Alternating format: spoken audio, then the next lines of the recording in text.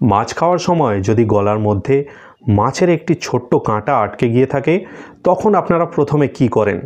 প্রথমেই আপনারা যে কোনো প্রকারেই সেই ছোট্ট কাঁটাটিকে বের করার চেষ্টা করে থাকেন, কিন্তু সেই ছোট্ট কাঁটাটিকে যদি কোনোভাবেই না বের করা সম্ভব হয় তখন আপনারা কি করবেন? আজকের এই ভিডিওতে এই সমস্যারই একটি সেরা সমাধান নিয়ে আলোচনা করব। তবে এর জন্য অবশ্যই এই ভিডিওটি আপনাদেরকে শেষ পর্যন্ত কোথাও স্কিপ না করে দেখতে হবে। নমস্কার, আমি ডাক্তার মানবেন্দ্র মণ্ডল। হ্যালো হোমিওপ্যাথি ইউটিউব চ্যানেলে আপনাদের সকলকে স্বাগত জানাচ্ছি।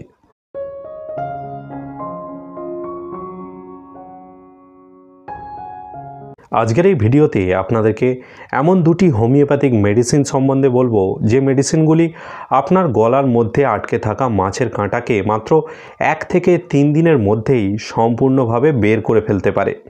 এই মেডিসিনগুলির মধ্যে প্রথমে যে মেডিসিনটির কথা বলবো সেই মেডিসিনটির নাম হলো অ্যানাগেলিস। যদি আপনার গলার মধ্যে মাছের কাঁটা আটকে যায় তাহলে আপনারা এই অ্যানাগেলিস মেডিসিনটিকে 30 পোটেন্সিতে পরপর 3 দিন সকালবেলা খালি পেটে 2 ফোঁটা করে 1 চামচ জলের সাথে মিশিয়ে খেতে পারেন।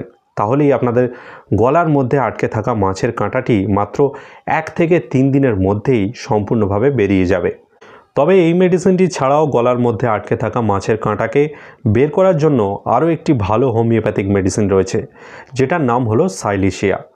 যদি আপনারও গলার মধ্যে মাছের কাঁটা আটকে যায় এবং সেটাকে যদি না কোনোভাবেই বের করা সম্ভব হয়ে থাকে তাহলে আপনারা এই সাইলিশিয়া মেডিসিনটিকে 30 পোটেন্সিতে পরপর 3 দিন সকালবেলা খালি পেটে 2 ফোঁটা করে 1 চামচ জলের সাথে মিশিয়ে খেতে পারেন।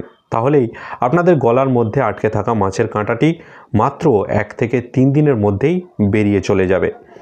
যদি আপনার গলার মধ্যে মাছের কাঁটা আটকে থাকে তাহলে আজকের এই ভিডিওতে যে দুটি হোমিওপ্যাথিক মেডিসিনের কথা আলোচনা করলাম, এই দুটি হোমিওপ্যাথিক মেডিসিনের মধ্যে যে কোনো একটি হোমিওপ্যাথিক মেডিসিনকে নির্দিষ্ট ডোজ, অর্থাৎ যে ডোজের কথা আমি উল্লেখ করেছি সেই নির্দিষ্ট ডোজেই আপনারা ব্যবহার করবেন।